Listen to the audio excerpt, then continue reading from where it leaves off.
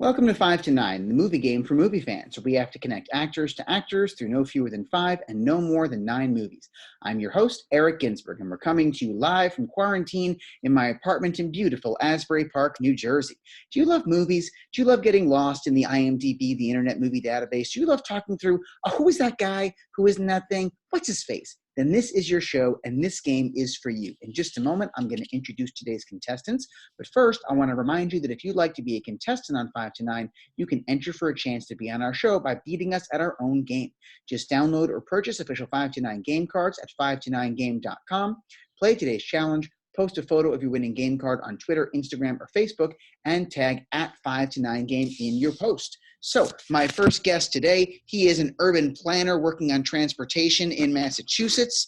He is a man who told me before the show that he really wants to see a sequel to Vice, maybe a prequel though, where Christian Bale plays Teddy Roosevelt. Ladies and gentlemen, welcome Max Natanagara. Hello, Max. Hi, Eric. Good to be on the podcast. Yeah, so tell me just conceptually how a Vice prequel would work. Well, I guess I was thinking that Adam McKay is really good at like taking a subject, whether it's like The Big Short or Vice, and like just looking at history and putting an exciting and a lot of different spin on it. So I really am interested in learning more about Teddy Roosevelt. So it's a bit self-serving, and Christian Bale can really disappear into a role. Nice. I think that could work well. Now, you told me that, of some of your favorite movies, some movies that you love a lot. You love a lot of classics, Lord of the Rings and Jaws and The Dark Knight. But Knives Out has already made your list of one of your favorite movies of all time. What is it about Knives Out that just made it an instant classic for you? Well, I should say I saw it 5 times in theaters. Oh, wow. So that's an investment. Yeah. And interestingly enough, the first time I was just like, yeah, it was pretty good. But I think on rewatching, it's just the ensemble cast is great. The screenplay by Rian Johnson, for which he was nominated for an Oscar, is just really speeds things along. It's a really cool modern twist on the whodunit. Yeah. I'd see it again. Yeah, I saw that in the theater once, so you're way ahead of me, but I also really enjoyed it. I did, however, expect there to be more knives from the title. Knives? Yeah, well, eventually, but that's true. Thought there'd be more knives than there was vomit in terms of a ratio, but the ratio went a different way than I would have thought. So our next guest is a writer of poetry and illustrator of comics. Ladies and gentlemen, Elisabeth Graham. Hello, Elisabeth. How are you? Hi, Eric. I'm doing well. How are you? I'm okay. So you told me that one of your favorite movies, maybe like the best of all time, you went WALL-E. You went straight for WALL-E as the best movie with, of course, the late, great Fred Willard, whom we just lost this week. Tell me, why is WALL-E so near and dear to your heart? Well, first off, rest in peace, Fred Willard. He's so good. They don't even animate him in the movie. Amazing. Yeah, WALL-E is just so amazing because I feel like there's very few movies that can have no dialogue in the first half hour, and it just makes you fall in love with the main players of it. I think it's just one of Pixar's most amazing animations. Just it looks beautiful the whole way through. And it was also the first movie that I can remember crying at in the theaters. I was like 10 or 11, and it just like moved me so much. I just think it's a spectacular movie, so that's why it's on my all-time favorite. Yeah, it's definitely phenomenal, and it's almost a silent movie in a lot of ways. And so they kind of harken back to a lot of those strategies in filmmaking from silent movies. But yeah, they said so much with just their names. They conveyed so much with their body language. Really a phenomenal film. So guys, we've invited you both here today to play the movie game 5 to 9, where you'll have to connect 2 actors through no fewer than 5 and no more than 9 movies. Here's how we're going to play. Before the show, I asked you to write down and send me the names of 5 actors. Now, I put those names inside a literal hat, and now I'm going to randomly draw 2 of them that you are going to have to connect. So the first name that's going to go in our from spot, I'm giving a good mix here in the hat, so we're definitely going to be randomized. Our first name is going to be Awkwafina, So let's put Awkwafina, who's definitely having a moment of late, in our from spot. And we're going to have to connect from Awkwafina, who, of course, has her phenomenal show on Comedy Central now. Awkwafina is Nora from Queens. I love how Awkwafina is officially part of the title. It's not just how it's billed. It's part of the name of the show. But we're actually going to go from Awkwafina to Nicole Kidman. Okay. All right. Now, we're also going to draw a third name, and that is going to be our wild card. If you can go through that wild card, you can earn 3 bonus points. Our wild card is going to be, I feel like we're getting a little too similar here. Let's mix it up. Oh, is going to be one of my favorites, Paul Rudd. Okay. So I am, I'm older than I look, and there were a lot of years in my life where I was younger than I looked. I've kind of looked pretty like even keel for a lot of years. And whenever somebody calls me on that, I just tell them I'm pulling a Paul Rudd. I'm doing my best to just pull a Paul Rudd. That's what I'm working on. We can all aspire to that. Yeah. If I can do it half as well as he is, that'd be great. Now, of course, Kevin Bacon is always going to be our perennial wild card worth 2 points. Any Saturday Night Live cast member is also always worth 1 bonus point. We're also going to have a house rule. I'm going to spin the house rule wheel. I'm going to hold it up here on the screen so you can see the house rule. I'm going to spin that, and it's going to tell us what the house rule is. And today's house rule is going to be, a little hard to read on that screen, Academy Award winners. Oh, so any Academy Award winner that we can include, be it an Academy Award winning film that won for Best Picture or an Academy Award winning actor, that's going to get us a bonus point throughout the game. So, Max, Elizabeth, you'll be playing together. I'll be here on the sidelines to offer some help along the way, but not too much help. Are you guys ready to play the game? We definitely are. Absolutely. Fantastic. And as always, I'd like to apologize in advance to the actors who spent a career building a body of work, whose faces we know, but whose names we may butcher, and to all the hardworking writers, directors, and producers who picked the perfect name for films that we may likely fumble through. I swear, we really do love your work. So we're going to start with Awkwafina. Start talking through what are some movies that Awkwafina has been in. Obviously, she has a very young career in terms of being a featured player in films, but she's definitely racked up a couple of great credits just in the last year or two. What has she been in? Let's start rattling them off and see how we can get from her, maybe to Paul Rudd if we can do it, but definitely to Nicole Kidman for the win. Yeah, right off the bat, I'm going to just connecting, I guess, to actors who are also in quite a few things. I'm thinking of Crazy Rich Asians. So like actors like Constance Wu, who we can then connect to other people. So that's where my brain went pretty immediately. I guess I haven't seen all that many Awkwafina pictures. It's her in The Farewell, right? Which is available now on one of the streaming services. I forget which one. Yeah. Amazon. It's on Amazon Prime. Yeah, Amazon Prime. And the gentleman who plays her father, I wish I remembered what his name was. I've seen him in quite a few things. I definitely don't know it, unfortunately. She was also in a pretty big ensemble cast about 2 years ago. A movie that was actually named for both the ensemble cast and the number in the ensemble. Oceans. Was it 11? Was it a remake of 11? Or was How many 13? were there this time? I didn't see it. Was it 13? Was it 14? Well, the plan was to actually start a new trilogy. So if they'd already done 11, 12, 13, they rolled it back this time to 8 so they could do 8, 9, 10. Yeah. And get like a prequel trilogy. It's not a prequel trilogy just in terms of how many players. I guess my problem with Ocean's 8, if you haven't seen it, is that, you already have a cast of 8. And I guess 2 problems. One, there were 7 of them. And at the end of the movie, it's like, oh, this person was the 8th one all along. And you totally saw it coming because you can count to 7 and you know the name of the movie you just paid to see. My other problem is whenever they ran into a problem they couldn't solve, they would introduce a new character who was not one of the 8, who had only the one skill set, solve the problem, and then disappear from the movie. So that really kind of like lowered the stakes. Yeah, I guess that makes me think of The Hateful Eight, Quentin Tarantino, like there's more than 8 people in that. Yeah, but only 8 of them were hateful, in fairness. That's true. One of them was just in the crossfire. And then, well, I guess it was also his 8th film, which was, part of that whole 8 film. That's true. You had to do it. Part of that name. Yeah.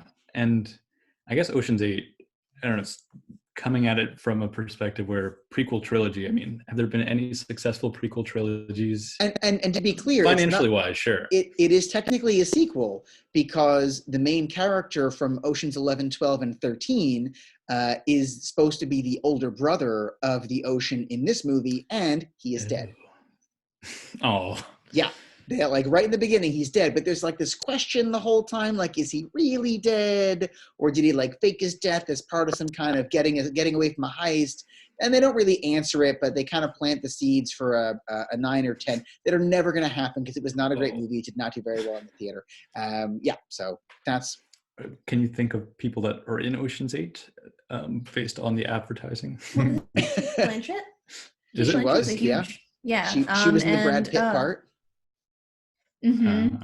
And then who was the brunette? I'm like, I love that you're referring to her as the brunette. That makes me so happy.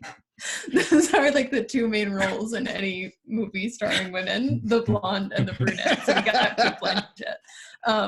Yeah. And then I want to say, was it Anne Hathaway? Anne Hathaway was in it. But it was Sandra Bullock. Sandra Bullock was, both of them are in it, so yes. But Sandra Bullock was the Ocean's character. She was the Ocean. That's pretty stacked. That wouldn't be a bad place to go from. No, I think that's a great. And Kate Blanchett and Sandra Bullock both have Academy Awards. And so too does Anne Hathaway. So, I mean, literally all 3 of them. Like, any which way we go, that'll be a winner. Yeah. In a way, it's kind of similar to Star Wars: The Phantom Menace. Star Wars: The Phantom Menace also had several Oscar nominees in it, but Oscar winners though. I don't know. Liam Neeson, Terrence Stamp. I'm not sure if Terrence Stamp ever won an Oscar. Yeah, I couldn't tell you off the top of my head. But if we're going to go from Ocean's 8 and we're going to go through any one of those actors and we're going to get to Paul Rudd, hopefully, can we think of any of them who were in movies with Paul Rudd or in movies with people who were in movies with Paul Rudd? Well, Kate Blanchett and Paul Rudd are both MCU alumni. That's true. That would be a very easy. We can take the MCU is such like both the Ocean's movies and the MCU are like such a great like little gimme. But hey, points is points, and take them all. Yeah. All right, we'll do it this one time. Sometimes when we play it, we're like, all right, no MCU, because sometimes we just keep going back and keep going back. We also have our own house rule that we're not allowed to use the movie Suicide Squad. Really? I don't know why that rule started. I just think. Yeah. I think so. Yeah. Purely out of spite, and it's such a stacked cast, so there's always that moment that's like, oh, we could easily connect this person to this person, and we choose not to. Well, I mean, we're gonna take it. Jai Courtney's not in a million movies, nor is Scott Eastwood. I mean, it's not that stacked of a cast. You got a couple of good people in it, but then a couple of like, yeah, I guess he's in some movies. Yep. All right, so let's go with MCU. So I guess Kate Blanchett? Yeah, they haven't been in a movie together because she was only in Thor Ragnarok. So I guess we'll make the connection to Thor Ragnarok. Yeah, and then to want to say Infinity War. Yeah. Well, you got to pick an actor though. Wait. Oh, right. Wait. Paul Rudd was not in Infinity War. He was not. That's right. He was under house arrest, which, by the way, is a big complaint I have about that movie because right in the beginning of the movie when they're trying to get Ant-Man to help, they say, no, he's under house arrest. And yet, when you watch Ant-Man and the Wasp, the sequel to Ant-Man where he is under house arrest, by the end of the movie, he is thoroughly off house arrest by the time the events of Infinity War happen. And you would think if they've got an Ant-Man who could also be a giant man, they would know what day he gets off house arrest. Although in fairness, the terms of his release mean he probably couldn't have gone fighting with them. But, with the Thanos world and everything on the line, if Rhodes could say that's a court-martial, I think that Paul Rudd, Ant-Man, could have said that's a house arrest. All right, so we could do Avengers Endgame then? Yes, let's do Endgame. Oh, wait, but again, we need an actor. Yeah, okay. Yeah, of course he's in. All right. Yes. Kate Blanchett is in Thor Ragnarok with Chris Hemsworth. Great. who is in Avengers Endgame with Paul Rudd. Boom. You just got to your wild card for 3 points. Oh, so exciting. So how many of the 5 are we up to, of the minimum of 5, Eric? Well, you have to get between 5 movies and 9 movies. We've used 3 movies so far. We're trying to get now from Paul Rudd to Nicole Kidman. All right. Could we nab a... I feel like we can swing along an SNL cast member. Yeah. Pretty easily. Okay. Yeah. Right. And wait, Kate Blanchett is a Academy Award winner. Yeah, sure so is. She won for Blue Jasmine. All right. And Carol too, or did she not win for that? Carol too? Oh, Carol, the movie Carol also. Which I didn't see, but I think she won 2 Academy Awards, but I can't recall what the second one was off the top of my head. All right. So now we're on Paul Rudd. We want to get to Nicole Kidman. I would love to swing in an SNL cast member, and I feel like we could do that from Paul Rudd pretty easily. I'm just thinking comedy and comedy people. Paul Rudd is in so many great movies with so many, like a lot of people who use the same actors over and over again like to use Paul Rudd. And to me, that's always a sign that you are just a delight to work with, because when a director is picking who they want to be in a movie, part of the equation is, who do I want to spend a couple of months with? And if it's going to be a chore and just awful to spend time with that person, they're not going to put him in a role. And I think about that sometimes when people used to be famous and get A-list roles and they just don't anymore. I just think, you know what? They're probably awful to be around.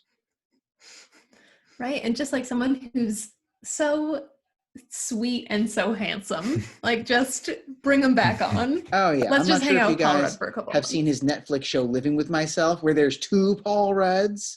He is twice the charming, and yet the Irish actress who plays his wife, I can't remember her name right now. I just know that her Twitter handle is the wee Miss B. But she manages to out-charm Paul Rudd. She's more charming than Paul Rudd. Is it Aisling B? Maybe. That sounds vaguely familiar. I can't recall off the top of my head. But she's Irish and she's adorable. I'll have to check that out. So let's think about, if you want to figure out SNL cast members, I can think of a couple SNL cast members who've been in movies with Paul Rudd. Who's someone who loves to use Paul Rudd over and over again in movies? Right, I'm thinking of Judd Apatow movies. So like, oh my gosh, who is in like Knocked Up or This Is 40? I don't think I've seen either of those. Oh, a lot of those movies, Judd Apatow likes to recycle a lot of the same people, but I can't think of any of those folks being on SNL. Oh yeah. All right. Which is interesting because Judd Apatow and Adam Sandler were at one point roommates. Oh, Get out of here. Yeah. And so Judd Apatow has used Adam Sandler in a couple of movies, specifically Don't Mess with the Zohan. Judd Apatow made that stinker. Yeah. Adam Sandler. Oh. And Judd Apatow's wife was in Adam Sandler's Big Daddy. I love that movie so much. And she is also, of course, Paul Rudd's wife in both Knocked Up and This Is 40. That is Judd Apatow's wife. And the girls in both of those movies are Judd Apatow's daughters. Yeah. All right. So literally he's just putting Paul Rudd as like an avatar of himself, taking his place in his own literal family with his wife and 2 kids. It's perfect. You got to really like a guy for that. John C. Reilly. Has John C. Reilly been in any movies with Paul Rudd? Because from him, you can get... He wasn't on SNL, was he? He was not, but who is a frequent John C. Reilly collaborator who was on SNL, who was in a couple of movies with Will Ferrell. And what movies did Will Ferrell put Paul Rudd in? Anchorman. Absolutely. Oh my God. Perfect. All right, so we're going to go from Paul Rudd. So we got from Judd Apatow into the Adam McKay-averse, where he works, he does a million movies with Will Ferrell. Fun fact, when Adam McKay pitched Talladega Nights, The Ballad of Ricky Bobby, to the studio, the only pitch, the only thing that he used as his setup to get millions of dollars was Will Ferrell is a NASCAR driver. That was it. They funded it. It's perfect. Oh. So, all right, so we made it to Will Ferrell, who is an SNL cast member, though not an Academy Award winner, but still worth a bonus point. And how are we going to get from Will Ferrell to Nicole Kidman?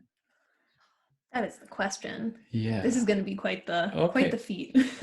No, we got this. No, all right. we got this. Nicole, okay, what are some, let's go start on her reverse engineer some Nicole Kidman comedies? Because I feel like we'd be better pressed doing that than Will Ferrell's dramatic stuff, which I don't really know much of. He's only had a couple of dramatic roles. Yeah. Everything Must Go, which did not get a big theater release, was kind of so-so.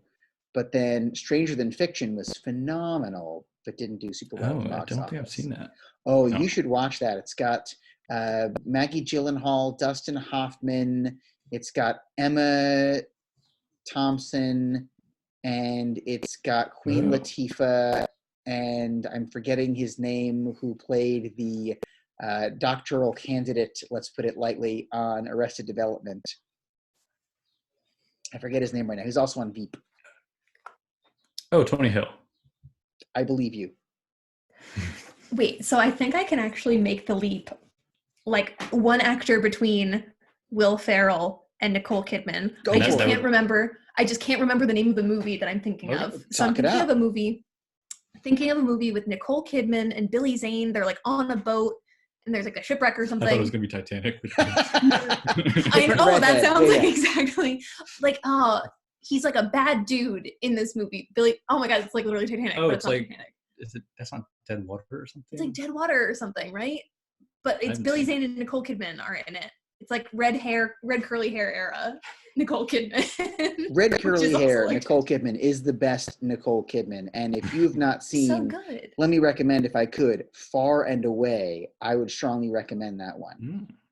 She was in that with Tom Cruise back when they were married. And there are a couple of Irish immigrants where her accent works because she knows how to do an accent, and his accent is only so-so. I've seen clips of Tom Cruise making the attempt. It's something. You know what was He's trying real hard. Nicole Kidman performance was she was in Aquaman as Aquaman's mother. Yeah. Which was not... No. I have problems with Aquaman that we talked about back in episode 3, but I'm going to leave my problems with Aquaman alone for right now.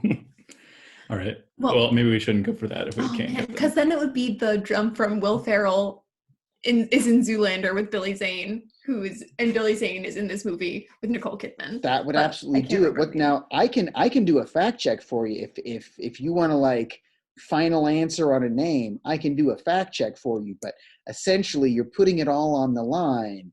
Because if you say that's the one and we use it and we connect it and we tally the points and then it's not it, you're not going to get the points and we're going to call it a loss. But what was the name of the movie? Oh, no, we definitely don't know enough to guess. Yeah. No. No, it's more like, okay. But so that's what I'm thinking of right now for Will Ferrell and connecting out to different movies is Zoolander, just because all of the different cameos. There's so many people. You should listen to your friend Billy Zane. He's a cool guy. Okay. Because then we could even do... Ben Stiller's in some dramatic stuff. That's true. Anything with Nicole Kidman? Or people who are in movies with Nicole Kidman. Yeah. All right, let's go from the Nicole Kidman side first. Yeah.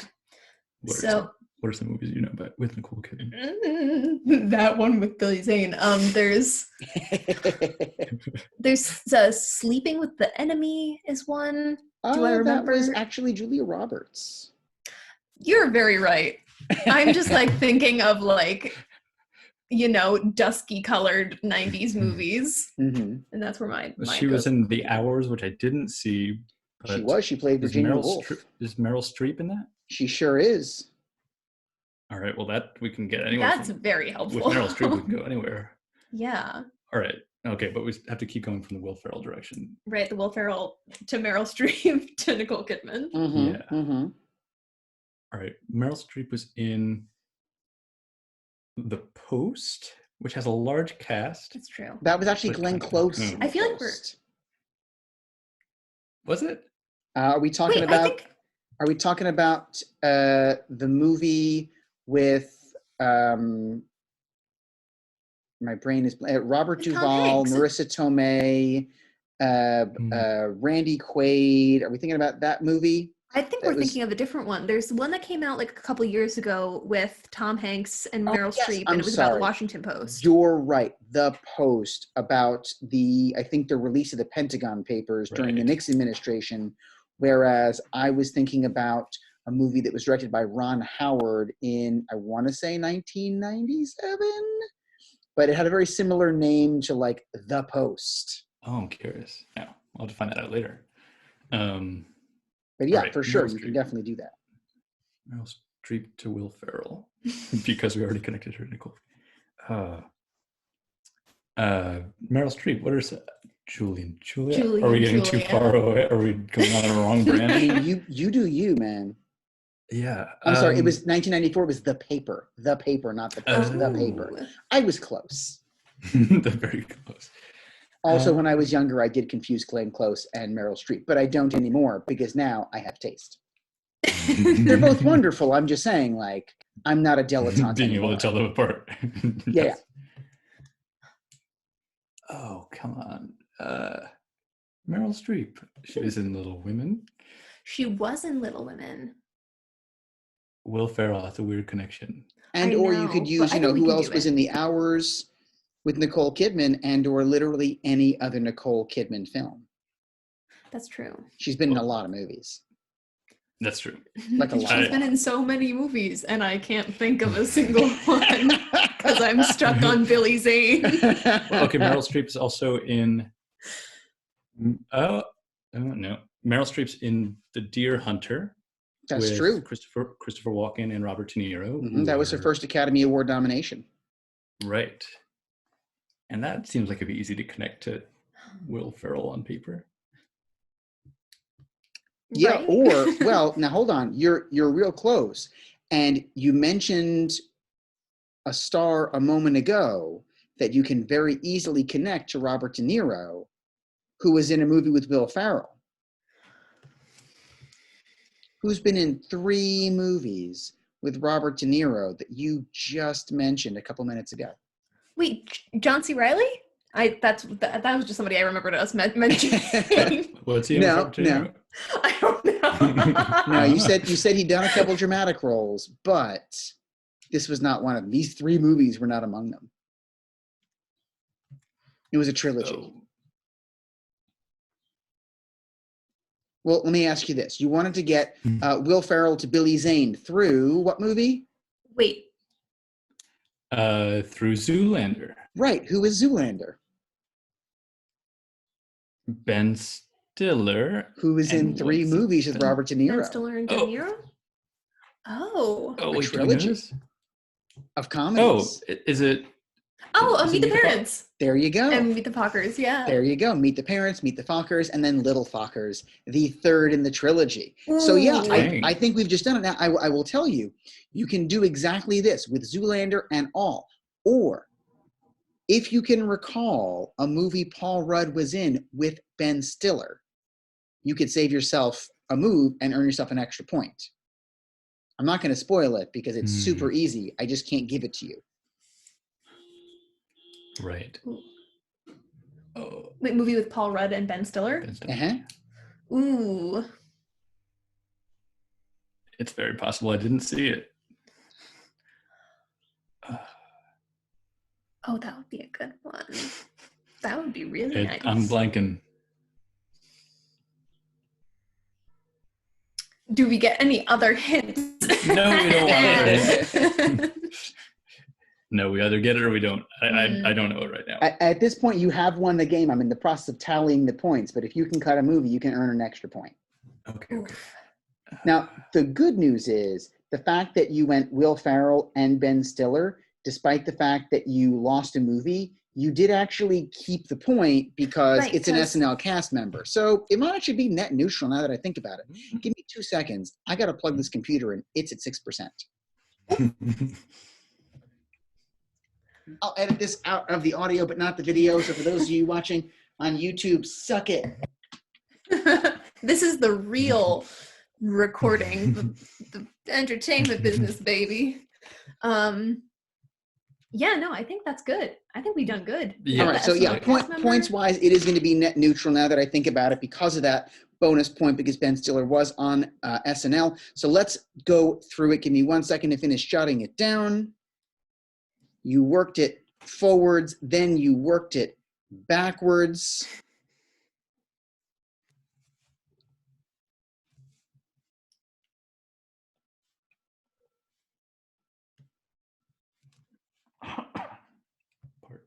Bless you.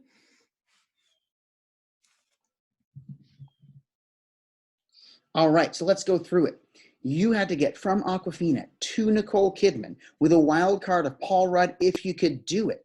You said Awkwafina was in Ocean's 8 with Cate Blanchett, who is an Academy Award winner, getting us a bonus point. You said that Cate Blanchett was in Thor Ragnarok with Chris Hemsworth, who was in Avengers Endgame with Paul Rudd, your wild card earning 3 extra points. Now, he was an Anchorman, yes, with Will Ferrell, the star of the movie, although Ben Stiller was also an Anchorman as one of the other anchors in the anchor fight. Of course. But Will Ferrell was in a number of movies with Ben Stiller, including Anchorman, including Zoolander, also including Starsky and Hutch.